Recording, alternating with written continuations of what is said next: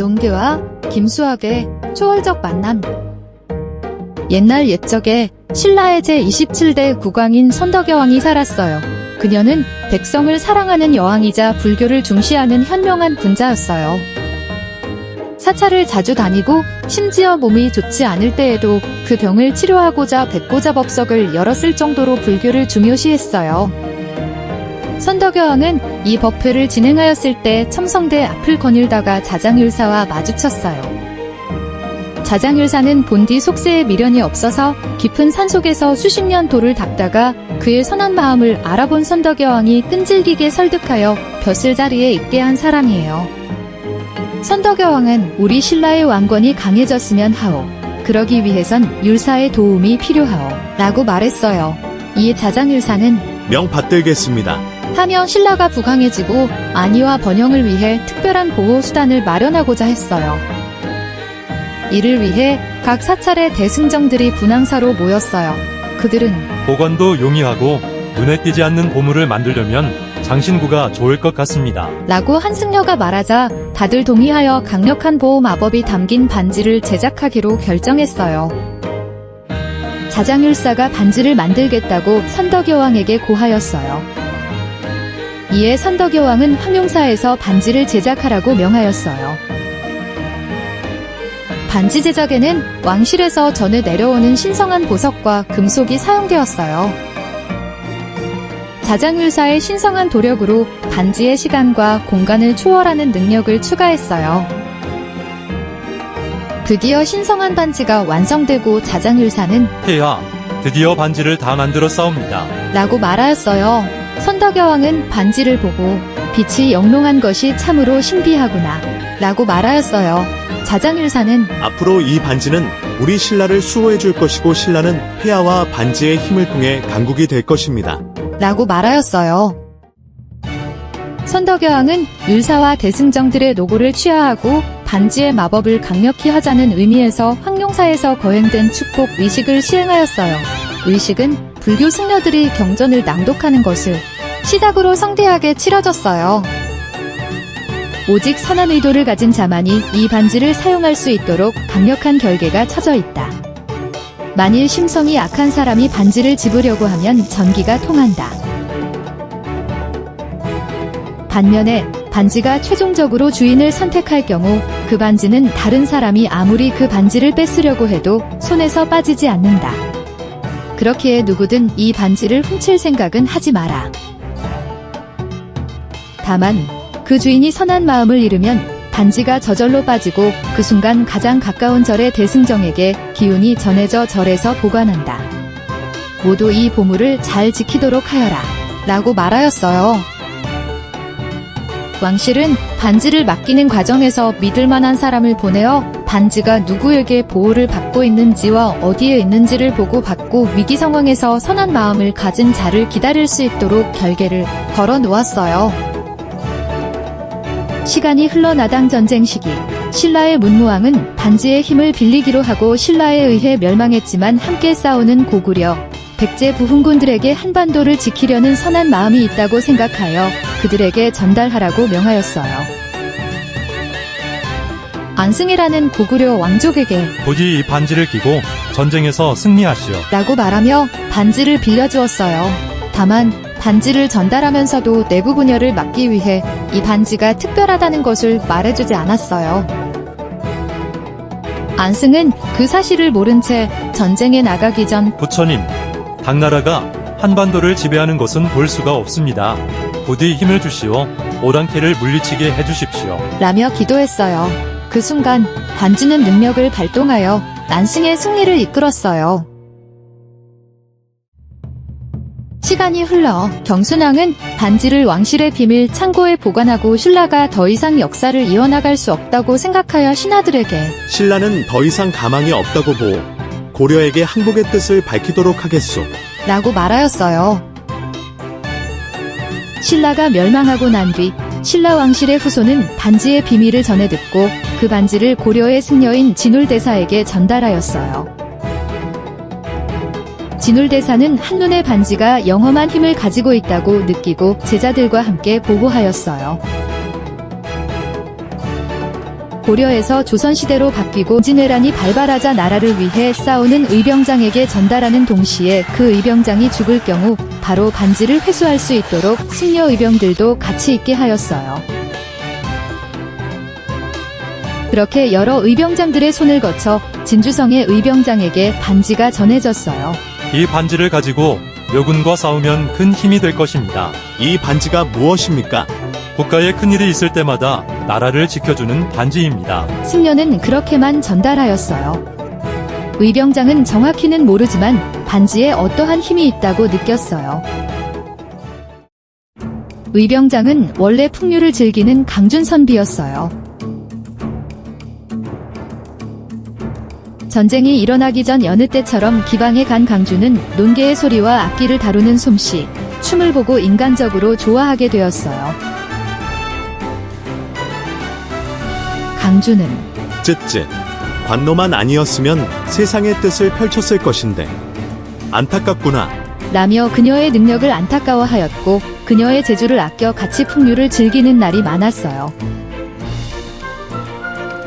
그러다가 전쟁이 나 강준이 의병장이 되었고 그것을 안 논개가 기생도 돕고 싶다고 말하며 외장을 안고 죽겠다고 밝히니까 강준은 그녀의 용기가 갸륵하여 반지를 주면서 이 반지는 영험한 것 같으니 물에 빠져도 너를 지켜줄 것이다. 라고 말하였어요. 논개는 반지를 받은 후 본격적으로 외장을 유인할 장소를 고심했고 1593년 진주성 전투에서 외장 게야무라 로쿠스케를 유인하여 남강으로 투신하기로 결심하였어요. 그녀는 외장을 껴안은 손이 풀어지지 않도록 10손가락에 반지를 끼고 있었고 강준이 준 반지도 그중 하나였어요. 논개를 따라 외장이 남강 근처로 왔을 때 논개는 같이 죽자 로코스케 하며 껴안고 남강으로 뛰어들었어요. 바로 그때 반지의 능력이 발휘되었어요. 외장은 강물 속에서 즉시 죽음을 맞이했으나 논개는 반지의 힘으로 21세기인 현대시대로 이동하게 되었어요. 반지는 시간과 공간을 초월하는 능력을 가지고 있었고 논개의 희생하는 마음을 안 반지는 그녀를 안전하게 보호하며 최종적인 주인으로 선택하였어요. 갑작스럽게 타임슬립을 하여 미래시대로 오게 된 논개는 촉성루에 다시 와 있는 자신과 주변에 있는 모든 것이 달라져 있는 모습을 보고 혼란스러운 상황에 빠졌어요. 이게 뭐야? 난 분명 로쿠스케와 같이 빠졌는데 왜 다시 여기 있는 거야? 설마 죽이지 못했나?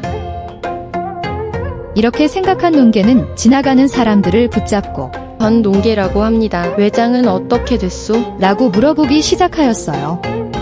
하지만 현대시대 사람들은 논개를 이상하게 보며 연극하나. 전 잘 모르겠네요. 하며 가버렸어요.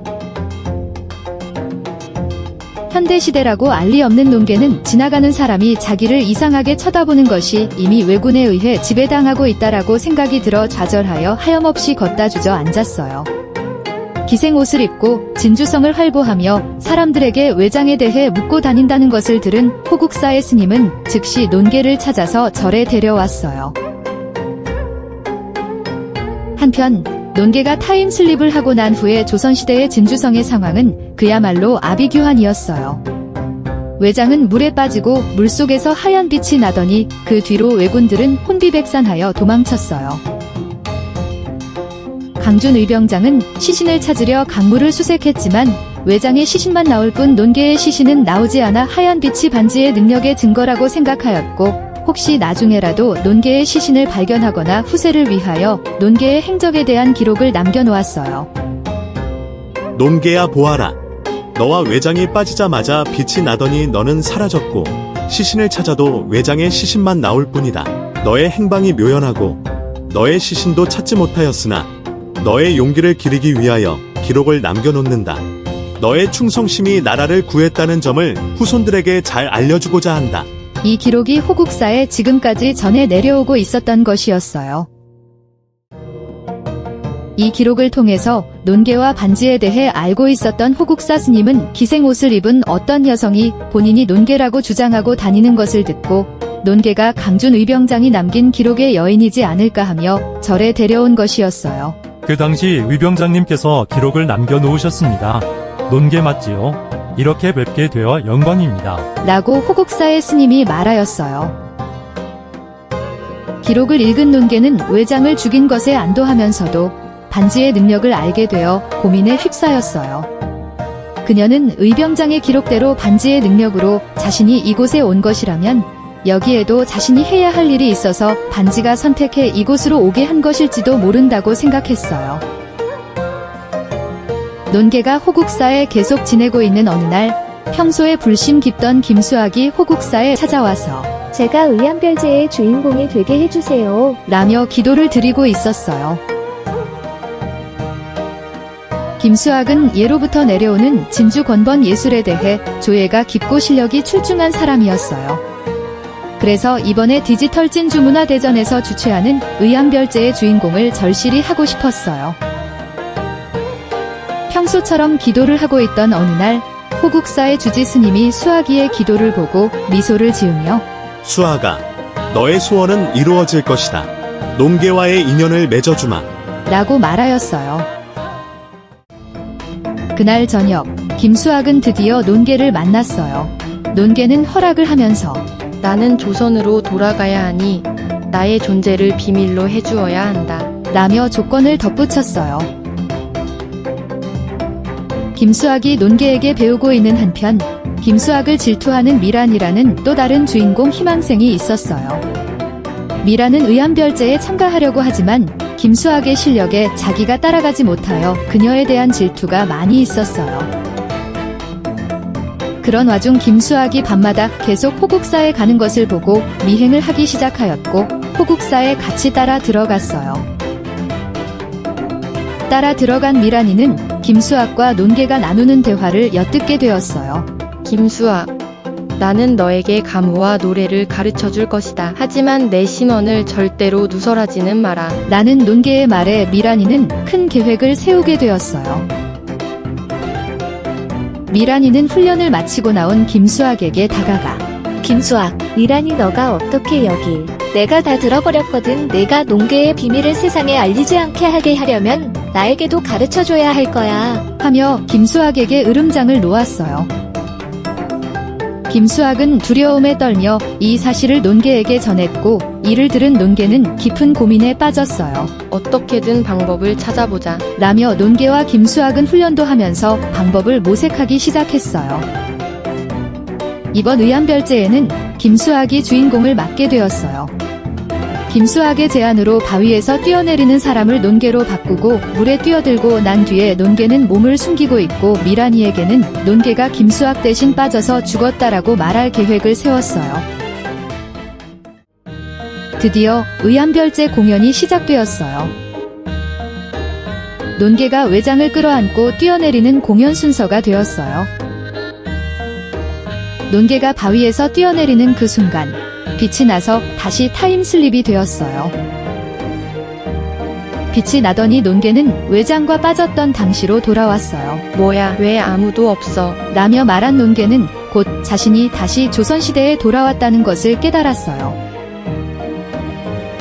논개는 미래의 기생은 천민이 아니라 문화재 전수자로 스승으로 고고한 삶을 살 수 있다는 점을 깨닫고 진주권번에서 후배들을 잘 가르치며 후계자 양성해서 진정한 예인으로 성장할 수 있게 가르침을 주었어요. 논개가 사라진 뒤 김수학은 빛이 난 것이 논개가 다시 돌아간 것을 의미한다고 생각하며 논개를 만난 경험을 토대로 노력하여 진정한 예인의 길을 걷게 되었어요. 그 뒤로 권번의 전통이 내려와서 지금까지 진주의 교방예술의 뿌리가 되었답니다.